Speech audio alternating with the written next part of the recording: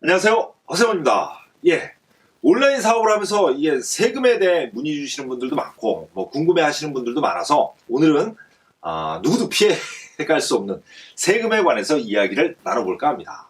자, 이야기에 앞서서 제가 세금 전문가, 그러니까 세무사나 회계사가 아닙니다. 자, 지금부터 드리는 말씀은 제가 필요해서 어차피 세금이라는 게 한 번은 똑부러지게 알고 가야 되는 내용이라 제가 이참에 공부한 내용을 조금 정리를 했고 요 내용을 검증 차원에서 회계법인을 하고 있는 친구를 통해서 또 한번 물어봤어요. 그렇게 정리한 것이니까 참고만 하셨으면 좋겠습니다. 각자 사업을 하시는 방식이 다 달라서 더 정확한 내용은 근처에 사는 회계사한테 좀 가세요. 예. 그 제가 또 한 가지 부탁드리고 싶은 말씀은 이후에 세금에 관련한 질문은 조금 더 전문가에게 해주셨으면 좋겠어요. 예?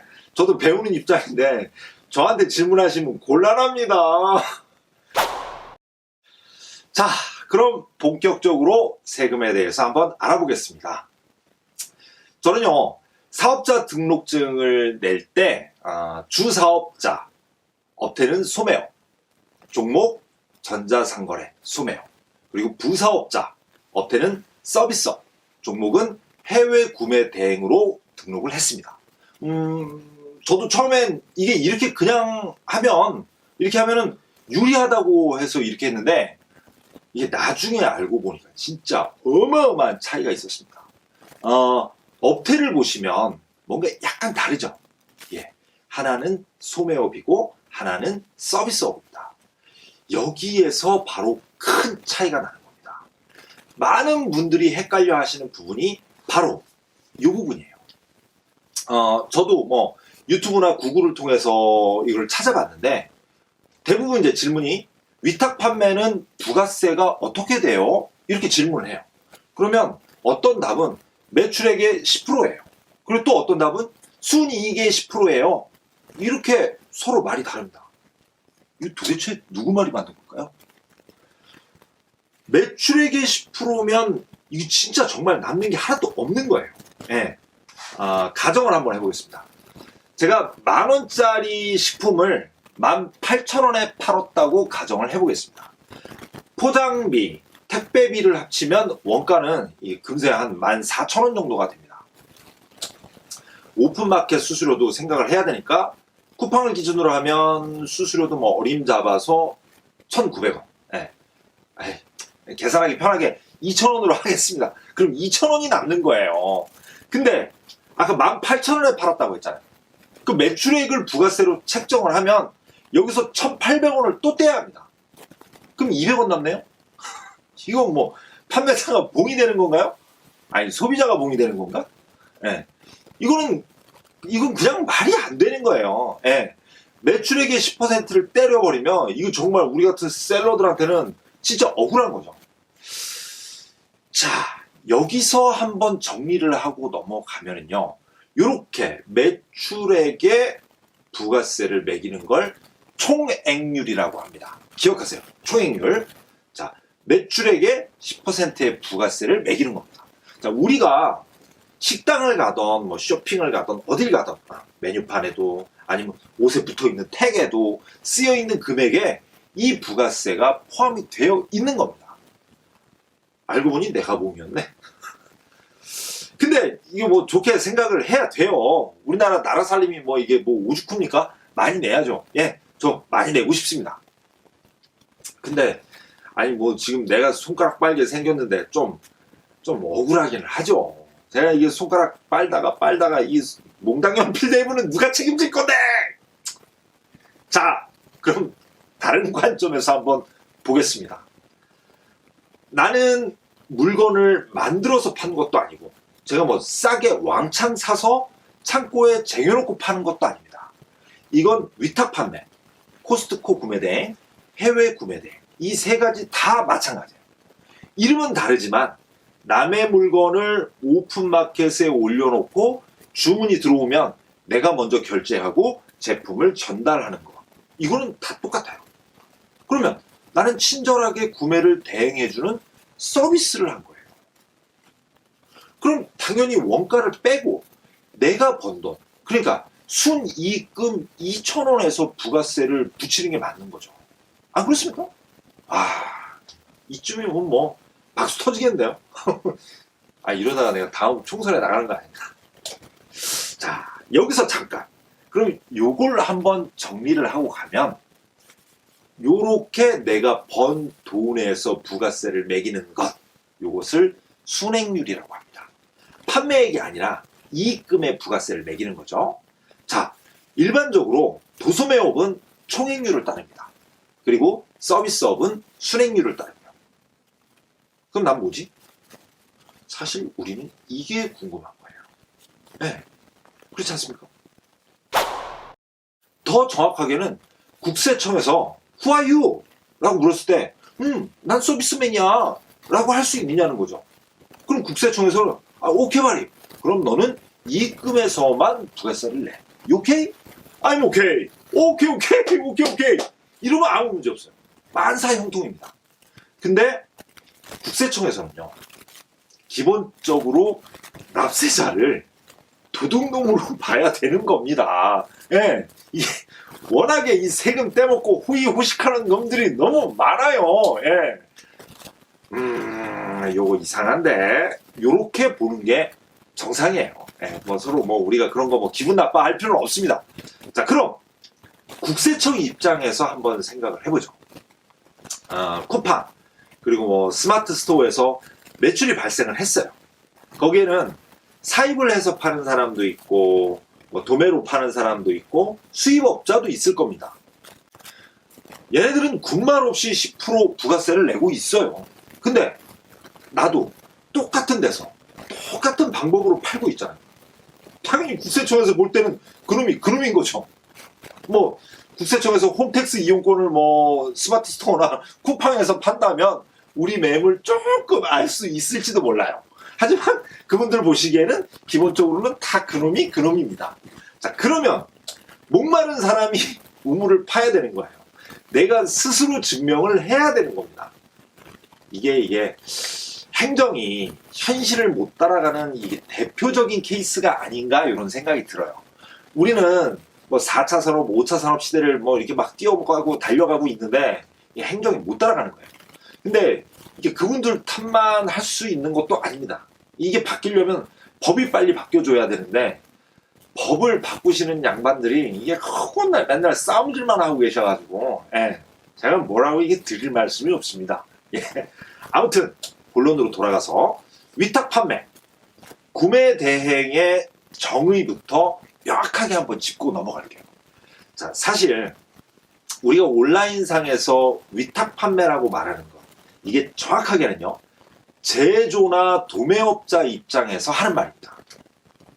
위탁 판매는 상품의 생산자 또는 상인이 그 상품의 판매를 대행기관에 위탁을 하고, 그에 대한 보수로 매출 금액의 일정 비율을 수수료로 대행기관에 지급하는 방식이에요. 그러니까 조금 더 뭐 쉽게 설명을 하자면, 브랜드가 없는 제품이 있어요. 예. 이런 제품들은 뭐 제조를 했던 수입을 했던 요 양반들을 위탁자라고 하는 겁니다. 그런데 그 제품이 시장성이 부족하잖아요. 그럼 그걸 자기가 직접 판매하기보다는 백화점이나 아니면 뭐 땡땡 브랜드 같은 유명 상점, 이렇게 받아서 파는 양반들을 수탁자라고 하는 거예요. 자, 물론 우리 같은 셀러들도 수탁자에 포함이 됩니다. 자, 이 수탁자의 판매 능력이 더 효과적이라고 판단을 하는 거죠. 백화점 같은 데는 뭐 말할 것도 없고, 유명 브랜드에 이렇게 싹 끼어 들어가는 방식. 예를 들면 제가 뭐 신발을 파는 A 브랜드라고 하죠. A 브랜드에 가서 신발을 샀는데 나중에 신발 밑창을 보니까 제조원은 A사가 아니고 B인 거죠. 이런 경우 우리는 다 A사에서 직접 만든다고 생각을 했는데, 뭐 B사 입장에서는 제품이 팔리기만 하면 장땡이니까 A 브랜드를 달고 나가든 뭐 상관이 없는 거예요. 이렇게 제조사나 생산자, 수입자의 입장에서 선택을 해서 판매하는 방식이 바로 위탁 판매입니다. 자, 그러면 우리 같은 셀러 입장에서 한번 볼까요? 그럼 우리는 뭐예요? 판매 대행인 거죠. 판매 대행은 상품을 제조하는 업자나 유통되고 있는 모든 상품을 인터넷을 통해 판매를 대행해주는 업무를 말합니다.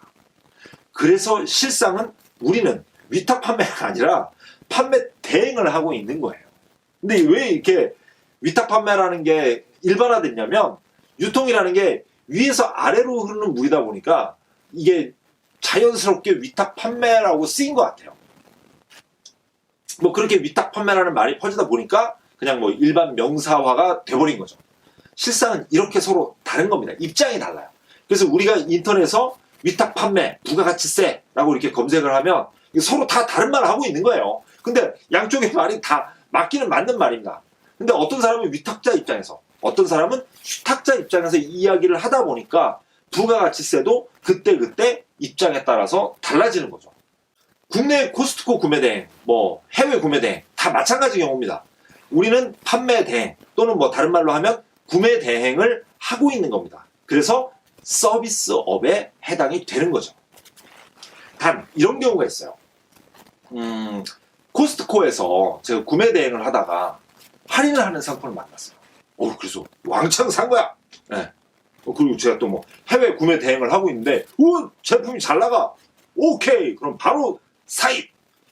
요런 경우는 바로 제가 뭐 수입업자나 소매로 넘어가는 거예요. 근데 뭐 너무 걱정을 하실 필요는 없어요. 부가세 신고하실 때 요 부분만 따로 분류를 해서 신고를 또 하시면 됩니다. 요건 구매 대행을 한 거고, 요건 사입을 한 거다. 잘 챙겨 놓으셔야겠죠? 자, 그래서 사업자 등록을 하실 때 소매업과 서비스업을 동시에 하는 게 좋습니다. 자, 요 부분 꼭 한번 참고하셨으면 좋겠어요. 자, 그럼 다음은 내가 서비스맨이라고 주장하는 것은 그냥 제 주장인 거예요. 예. 국세청에서 볼 때는 그놈이 그놈입니다. 나는 어떻게 서비스맨이라고 나를 증명해야 하나? 이게 중요한 거죠. 국세청은 네가 소매업을 했는지 구매대행을 했는지 내가 어떻게 알아? 이렇게 말하는 겁니다. 그럼 내가 구매대행이라고 증명하는 몇 가지 요소를 준비하고 있어야 돼요. 이런 거를 소명이라고 하죠. 자, 첫 번째, 해외에서 국내 통관 시에 국내 구매자의 명의로 통관이 되어서 배송이 왔는지. 두 번째, 도소매업과 다르게 물품의 재고를 보유하지 않았는지. 그리고 내가 오픈마켓에 상품을 등록할 때 구매대행이라는 것을 밝히고 있는지.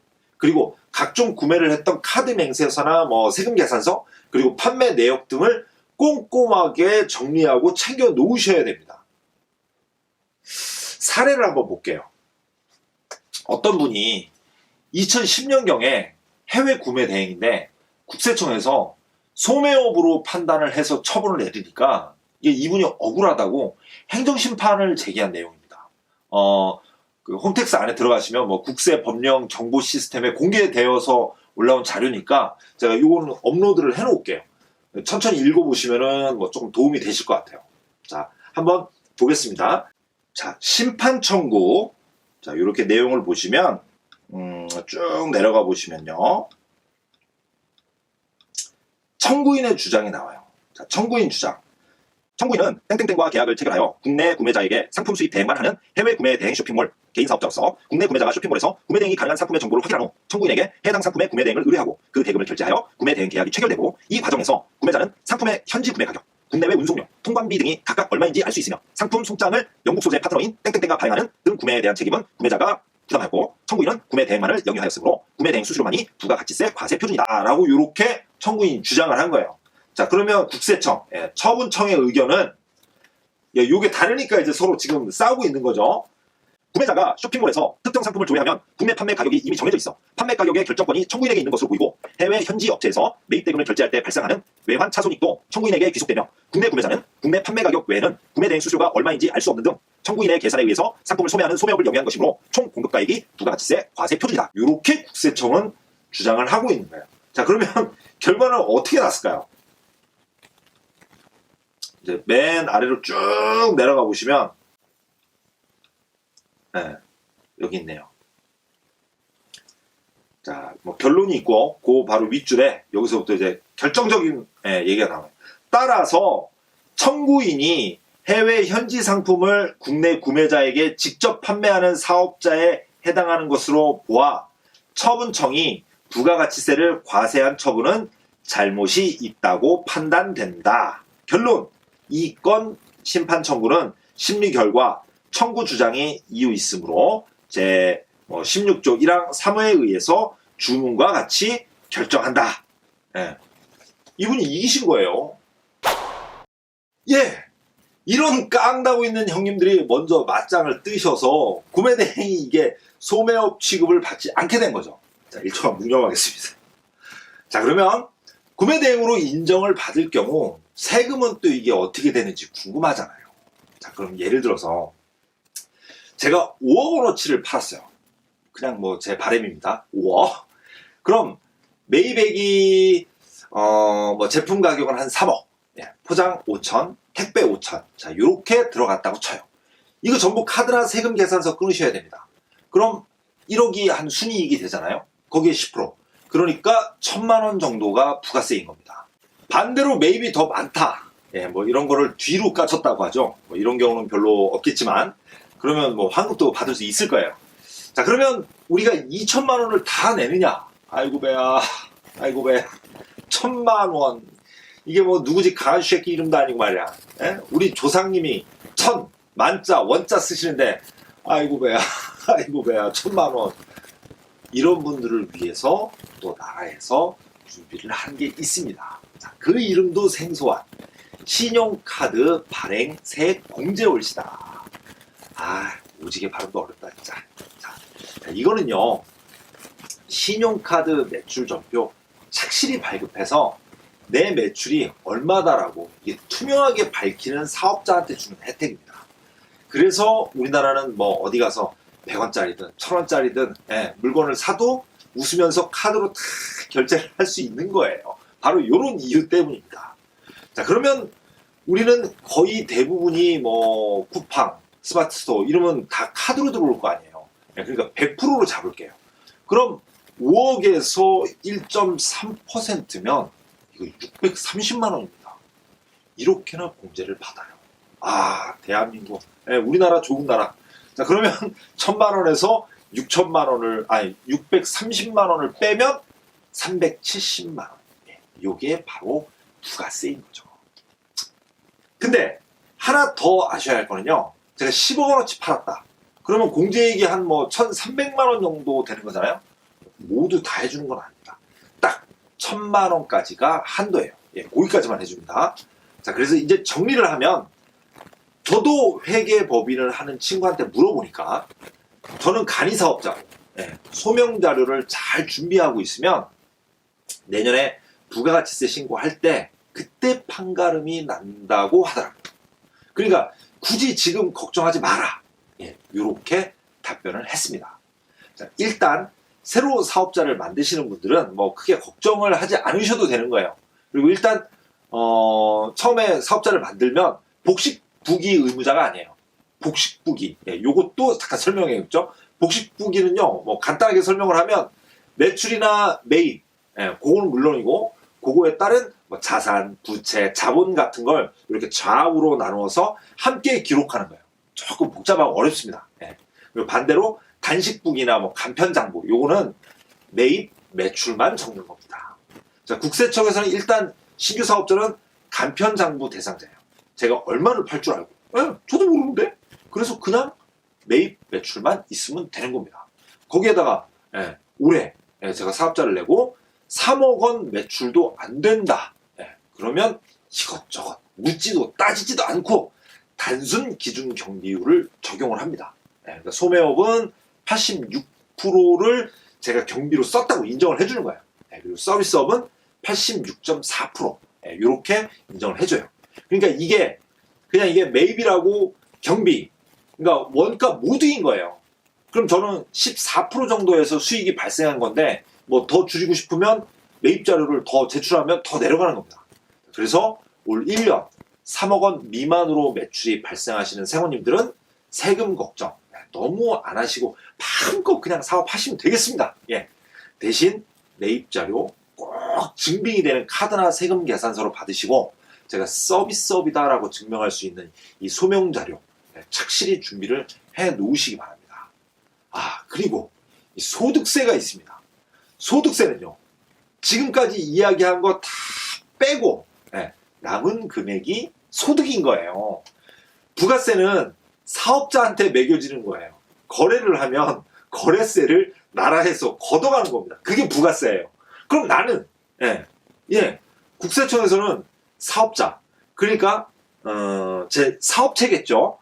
사업체와 저는 나는 별개인 거예요. 따로 봅니다. 따로.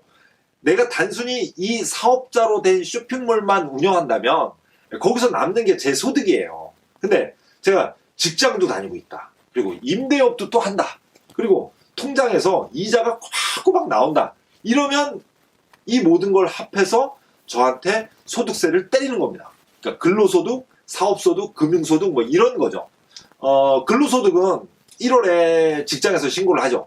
그리고 종합소득세는 이 모든 소득을 근로소득세는 했으니까 빼고 나머지를 다 5월에 신고를 하는 거죠.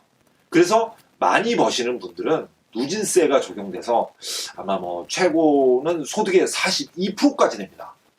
하시는 분들도 계시겠지만 많이 내면 좋은 거예요. 42% 적용받으려면 이게 도대체 얼마를 벌어야 되는 거예요. 저는 제발 그냥 42% 냈으면 좋겠어요, 진짜. 자, 끝으로 오늘 내용은 제가 적절하게 참고만 하시기를 바라고요. 오늘 이후부터는 제가 서두에서 밝힌 바와 같이 더 이상 세무에 관련한 질문은 저한테 안 하셨으면 좋겠어요. 아니 제가 못 받아요, 질문을. 이거 이상은 제 능력 바뀝니다. 제가 답을 드릴 수가 없어요. 자, 양해의 부탁을 드리면서 오늘 영상은 여기서 마치겠습니다. 감사합니다.